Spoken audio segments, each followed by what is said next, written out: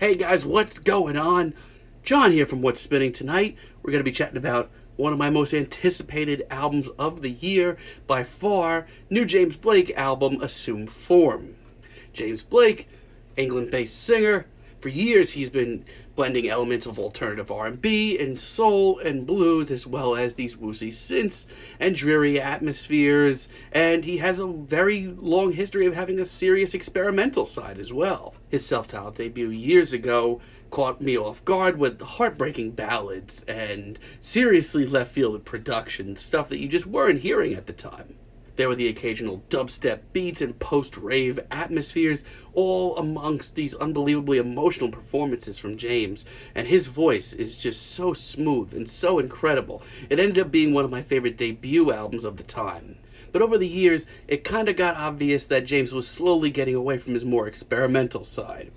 He started bringing in some more hip-hop production. He continued to work with some really soulful and bluesy vocals, but it was just obvious that he was going for a sort of a more mainstream sound, and for a while, that was totally fine with albums like Overgrown. But on the color and anything, I feel like James sort of leveled out a little bit.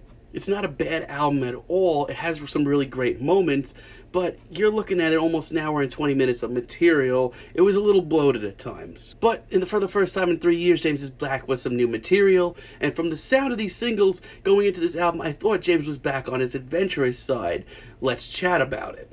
This album starts off with the title track, Assume Form, and right off the bat, James sounds on top of his game, to be honest.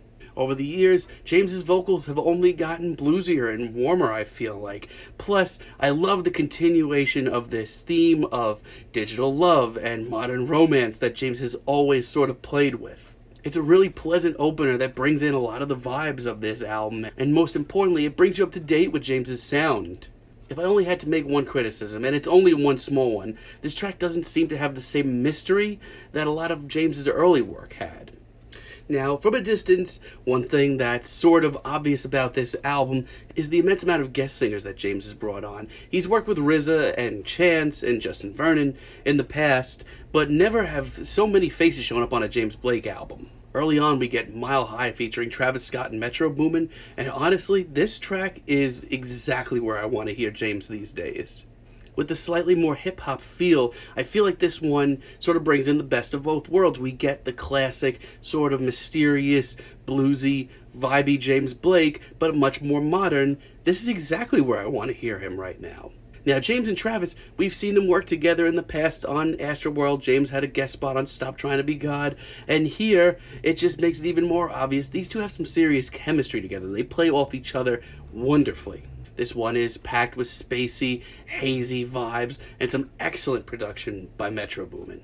And I feel like the most important element here is these surreal lyrics that pop in between James and Travis. I think it's really just icing on the cake. This track is freaking awesome. The sort of more hip-hop vibe to this album continues with Tell Them featuring Moses Sumney and once again, Metro Boomin. And honestly, Moses sounds really great here. I feel like in the last couple of years he's really come out of his shell even more. He sounds fantastic here. It's a very chilly track featuring all these great twists and turns and haunting melodies. And James's sort of monologue here is that he has as a chorus. It's infectious as hell and it works awesome. I mean, I occasionally get the feeling like he's playing it a little safe, something that you're going to see a lot more of later on, but for now, this is great. Then we have later on, Where's the Catch, featuring the legendary Andre 3000 of Outkast, and once again, this is where I want to hear James in every way. As a fan, I want to hear James at his weirdest and most outlandish, and most importantly, his most experimental, and that's what this is. The beat here is genuinely twisted, and I love it, every second of it. His performance here is just so shrouded in mystery, and it just really gives this track such a great element to it. To be honest, with the release of his single last year, If the Car Beside You Starts to Move, this is the direction that I thought James was going to be going in for most of this album, this much more wonky and weird style of James Blake, which we haven't seen in years. Not to mention, Andre 3000 sounds like an absolute machine here. He doesn't sound like he's aged a bit. He sounds like a well-oiled machine. He sounds ready to go, and he sounds incredible. And Barefoot in the Park featuring Rosalia is great for all these different reasons. I like the very laid-back, sort of tropical beat, and Rosalia's performance here is absolutely tear-jerkingly beautiful. I would even go as far as saying it's easily the most emotional tune on the album. It's just so raw and tender, I can't get enough of it, honestly.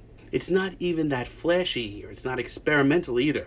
Honestly, it's just beautiful, and I can't seem to get enough of it. But this is around the point where I'm starting to realize that I have a lot of issues with this album as well.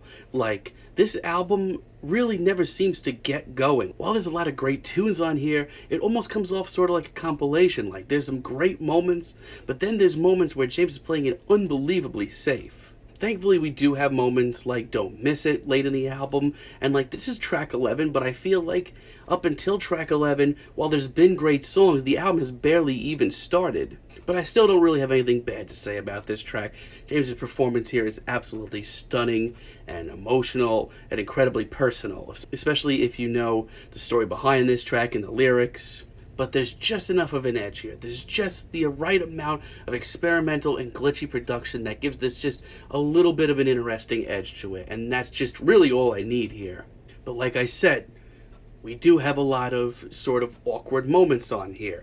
Take, for example, Into the Red very early in the album. Starts out as a very quaint pop tune, and I actually really enjoy some of the strings that pop in behind James as he's singing. And as far as his harmonies go, these are some of the nicest here, especially towards the intro of this track. But very quickly, Into the Red just sort of derails completely out of nowhere. James's vocals very quickly go from very skillful to a shadow of that, just sort of focusing mainly on vocal effects, which is something that he's done so many times in the past, but here he's reaching so hard. Like, I feel like he's trying desperately to make a James Blake song. Like, it's not coming easily to him, and that's really sad, honestly. Plus, the beat here is so thrown together. It becomes very obvious very quickly that this album is just sort of flimsy and clumsy in parts, and it's not nearly as universally cool as, like, let's say, his self-titled debut years ago. And sadly, Are You in Love may be my least favorite track here.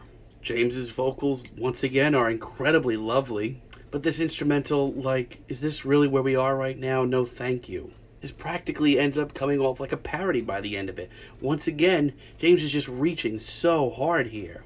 I'm really not sure what happened. James used to be so fearless when it comes to these genres. And right about now, we're at the halfway point in the album, but this album has barely taken off. Later on, we get I'll Come Too.